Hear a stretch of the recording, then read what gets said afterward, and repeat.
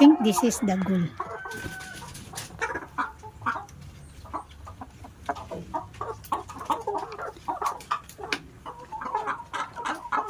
Hello, Gulat Butne. Wow, your eyes so it's big.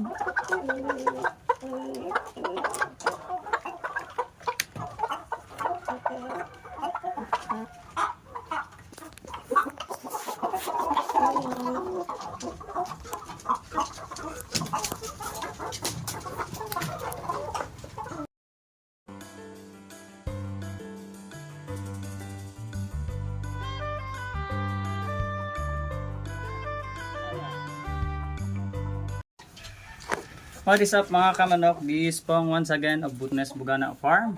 So for today's video, mag-administer kami ng aming last vaccination ng ating mga breeders para ready na sila for breeding season. Right. So for today's vlog, ang ating gagamiting bakuna ay 5-in-1. Alright. Okay, so mga kamanok, ito po yung ating bakuna for today. This is Cevac Corimion 7K. Pusap mo. Yan.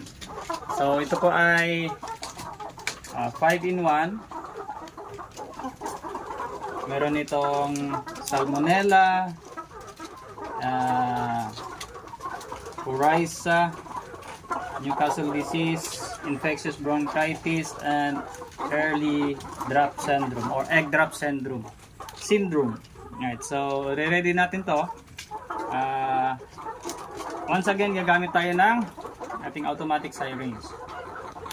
So naka-set up na ito. Gagawin natin ay insert natin muna itong kadugtong ng ating hose para dito sa ating needle.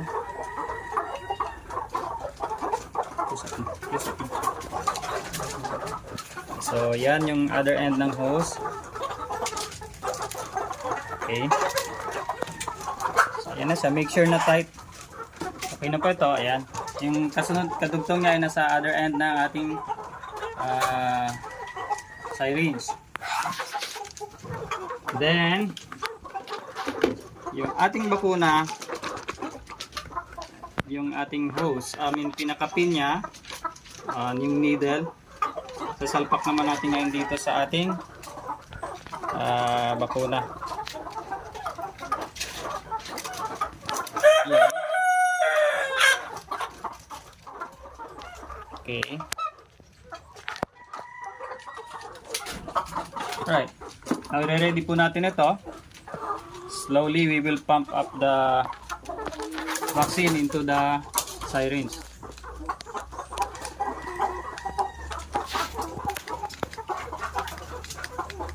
Hanggang sa makarating po ito sa dulo. Kusap nga, pasok. So, ayan. Nag-move na yung ating vaccine. Ayan siya.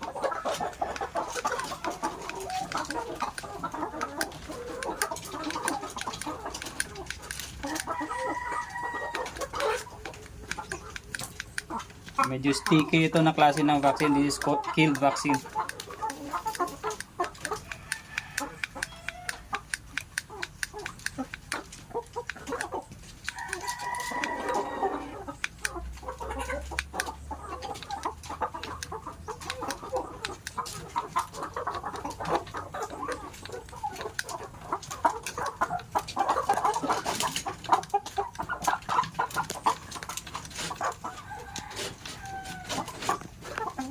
Yan. So, mabuto siya dyan. Then, isang press para mag-refill to. So, nagre-refill na siya. Yan. So, it's filling in. Yan. So, once again po, yung ating needle ay disposable. Then, pinutasan po ito natin. Kinat natin yung tip para hindi lahat ng karayom ay papasok dun sa chest ng ating mga manok. Alright, so tara, umpisa na natin. So once again po, bago po tayo mag-administer ng ating bakuna, kailangan po lagi ay healthy po ang ating mga manok para wala po tayong mortalities. Isa po kasi sa nagkakaroon tayo ng mortality after bakuna ay dahil hindi po sila healthy. Alright, so first, so mano-mano ulit tayo. One-man army dahil si Mrs. ay hindi maayos yung pakiramdam. Once again,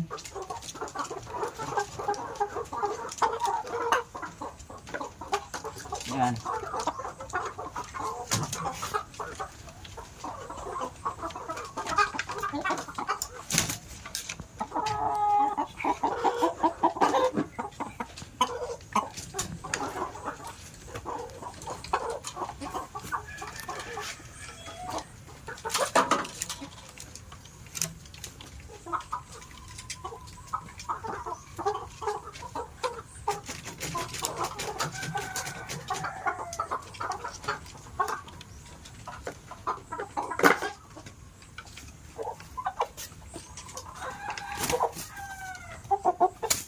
Up na, ito up na. Taba. Ang taba-taba ninyo, thank you. Wala, lumalabas yung pet nila, oh. Ano, malaki na yung ano nila. Para mangingitlog na siya. Ito yata yung nangingitlog na.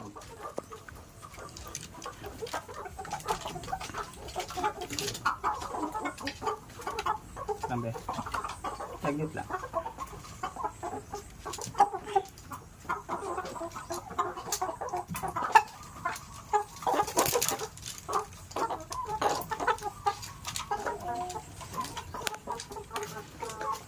Ay, oo, oo.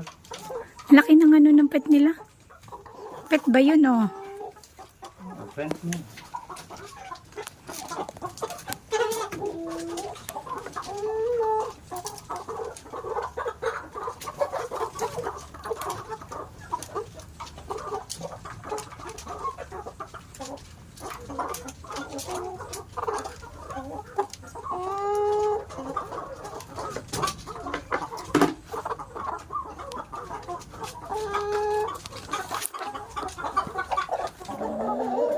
May iba rito na almost laying na.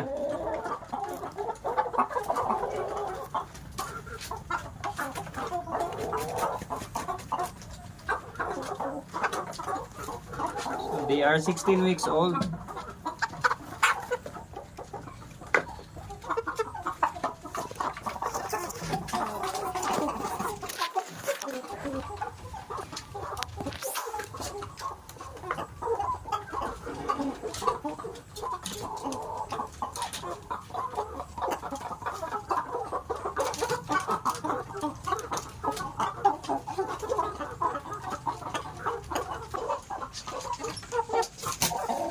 Iinit na.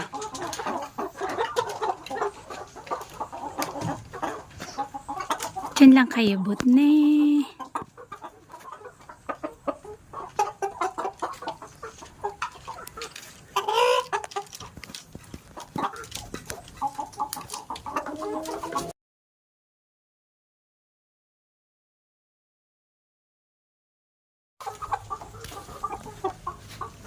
Laki.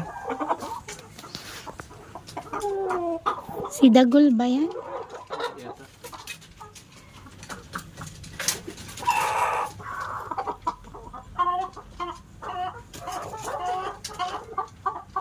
Kalanggog.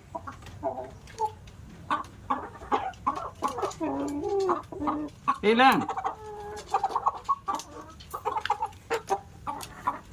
Okay.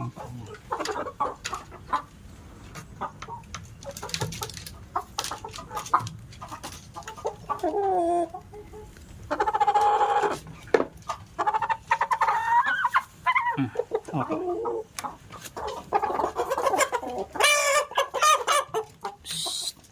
Minsan pa. Laki na. Hmm.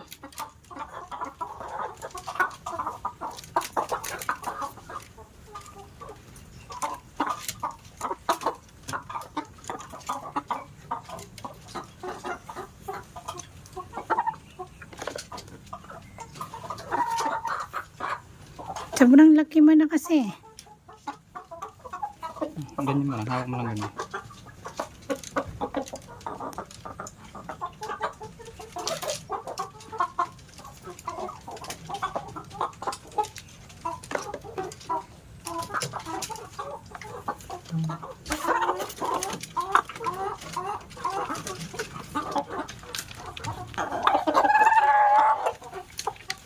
Ang lalaki naman nila. These are our crew. Ating mga male parent stocks. Roosters. Masyado silang malaki. Hindi na kaya ni mami maghawak niyan.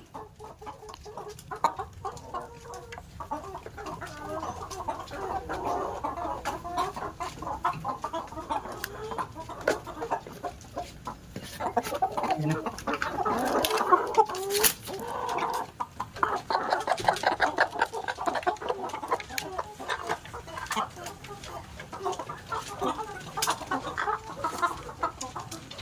Aray ko, kanina mo pa ako Ito si Butne, tinuka na niya ko. Curious siya.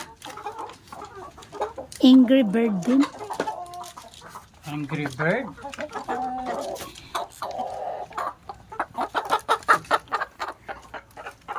Thirsty Butne. Itulog mo rin naman yun. This one, the angry bird.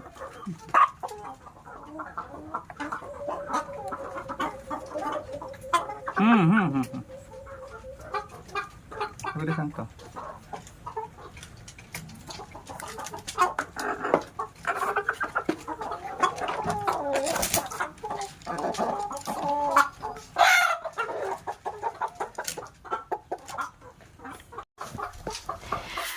Rooster brown and rooster batik. Bullet. Bullet. That's barred plymouth. Rock. Barred plymouth down. Plymouth. A rock. You both are roosters, huh? And this is the female one. The hen. Miss Sex. Oh, there's one rooster also. Oh, two roosters.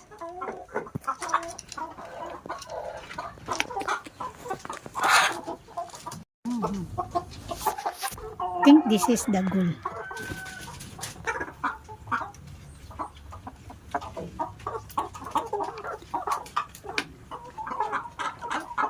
Hello, Gulat Butne. Wow, your eyes so It's big.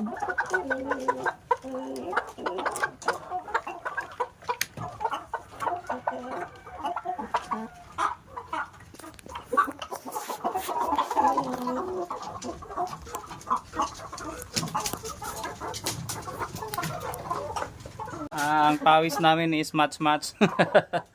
So tapos na tayo ng ating final vaccination para sa ating mga parent stocks. So yun na lang, and then we'll wait for makasampay yung mga lalaki natin, then start na tayo ng ating production or hatching. So yun lang muna guys. This is Pong of Butne's Pugana Farm and Miss Butne here. Thank you so much for watching. Bye bye. Alright, so yan, hingal kabayo yung ating mga manok after vaccination. Bibigyan natin sila ng may inom. So siguro mga 2 to 3 weeks more pwede na tayo pwede na sila